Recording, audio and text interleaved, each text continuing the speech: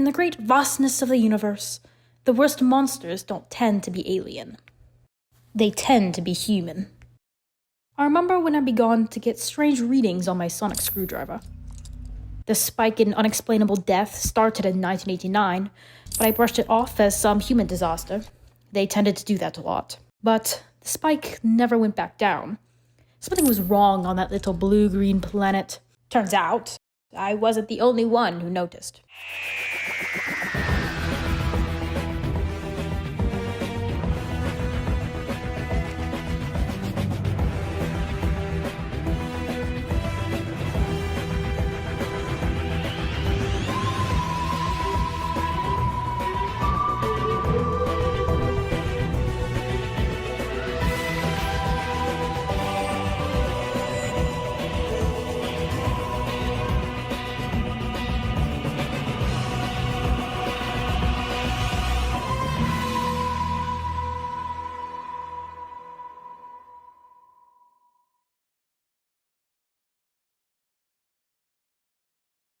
I'm not a doctor, I'm the doctor.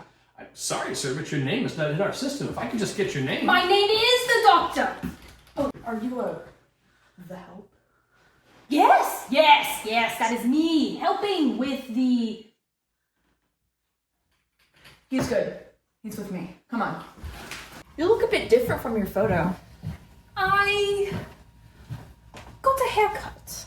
Now, since I am definitely the person who is supposed to be here, my assistant took your call. Could you remind me of your name? I'm John Well. I'm a nurse here at Veterans Affairs Medical Center. Right, that was my second guess. Could you recap your situation for me? Well, there have been some strange happenings. A few others and I have noticed that medical emergencies in patients with no previous heart issues have been getting cardiac arrest and medical stuff, but that's only been happening when... Hi, I haven't seen you here before. This is Kristen Gilbert, my colleague. Right. Well, good to meet you, Miss Kristen. I'll be over here.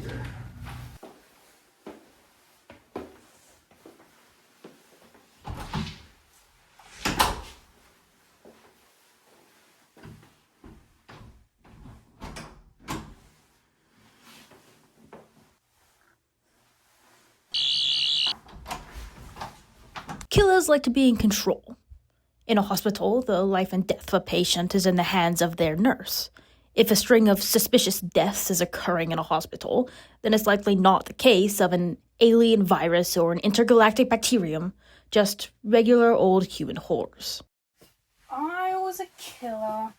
What would I use? Potassium chloride! Too obvious. Dioxy? No. Too closely monitored.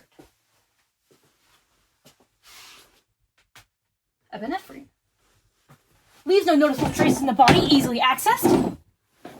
178 vials. It happened again. What? What happened? Nurse Bell, code blue. That nurse, John Wells, said there seemed to be many more emergencies and deaths associated with a certain someone on shift. But how much of that was confirmation bias? There's only one way to find out. I'll analyze the data elsewhere. This is a secret investigation after all, and with the help of my sonic screwdriver, no one will be the wiser. Is he well, Mr. Well? Stanley Jagodowski just passed. He was a Korean War vet and ex-truck driver. He was admitted for post-op bowel obstructions, but passed from a cardiac arrest despite not showing any previous signs of heart problems. And what are the possible symptoms of an epinephrine overdose? Chest pain, heart palpitations, trachycardia, rapid heart rate, hypertensive crisis, and possible cardiac arrest. 175. I checked. Before the death of Mr. Stanley Jagodowski, there were 178 bottles of epinephrine. After his passing, there were 175. 3 had gone missing with no records of who they went to or why. This fact made its way up the chain of command at the VA hospital, and that was the last we saw of Kristen Gilbert. She resigned in 1996 when the FBI got involved in investigating the nearly 350 suspicious deaths. Now that there were some big fish in the tank, I took my expertise elsewhere. And yes, the deerstalker was necessary. Deerstalkers are cool. Hello, are you Miss Claudia Strickland? For the record, can you tell me how you know Miss Kristen Gilbert? I'm her mother. Colleague. I'm her first husband. I'm the psychiatrist. I'm her college boyfriend. I mean, she was a normal child. She lied a lot, but I mean, most kids do that. I mean, there was a lie that she would tell anybody who would listen, that she was related to Lizzie Borden, the most famous axe murderer who grew up not so far away from us. We told her that that wasn't true. She had zero connection to Lizzie. I mean, but that just didn't stop her from telling everybody that she was related to her. But it was just strange because she had friends. She graduated high school and college. Yeah, we dated for a while at Bridgewater State. And let me tell you, she was wild. There was one time she sent me a suicide note telling me that she's ate glass. She didn't actually do it, but still. Yes, I have some of her records from college. After getting reports of her faked suicide attempts, we got her some help. And then she transferred to Mount Washasett Community College and then Greenfield, where she finally got her nursing degree. We got married just after she got her diploma. We had 2 sons before we got divorced this year. For the record, what year is it? It's 1998. She had been working at VA way before I even got there, and she already had her reputation as the angel of death. And what year was that? 1991. She'd already been working there, I want to say, 2 years. She was always really nice. She was a model nurse. You didn't hear this from me, but she also had an affair with a police officer at the hospital, James Perrault. When did you get suspicious of Miss Kristen? The suspicion didn't start with me. It started with one of her friends, Kathy Ricks. She'd already begun to see the pattern of death surrounding Kristen. She thought it was to impress Perrault, but I'm not sure I believe that. Kathy came and told me and Renee about this, and that's when I came and told you. After her resignation from the hospital, she started to come to me. I think she's on her 5th visit so far. She only comes to the mental institution for a few days at a time. We haven't diagnosed her with anything, but she exhibits many symptoms of bipolar disorder. And then that bomb threat. Bomb threat? Yeah, back in 96. I knew you were out traveling, but I thought you might have at least heard of it. I was traveling very far away. Fill me in? She heard about the investigation going on at the hospital, so she called in a fake bomb threat in order to disrupt the investigation. But she put on a fake voice and everything, but still got caught. Well, at least she's in custody now. Last I heard. Yes, well, thank you for your time. You're welcome. Thank you. I hope she gets well. Yeah, of course. You're welcome.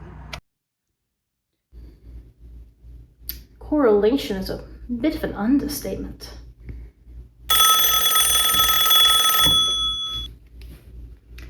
Hello? The Dr. Law? Is this the doctor? One of the investigators on the Kristen Gilbert case? Yes? Hey, I'm James Perrault, Kristen's boyfriend. Actually, can we talk in person? She confessed? Yeah, over the phone. She was at the psych ward yesterday and she called me and confessed to one of the murders. I didn't know what to do, but... Am I an accomplice? I didn't swear I didn't know anything until now. Thank you. That was the right thing to do. You did a good thing. This is invaluable evidence. You have no idea how important this is. You are going to have to testify, I guess so. Are you willing to do that? Oh, I'm already here. Yeah, I'll testify against Kristen. The trial went off without a hitch. I worked with Assistant U.S. Attorney William Welch II.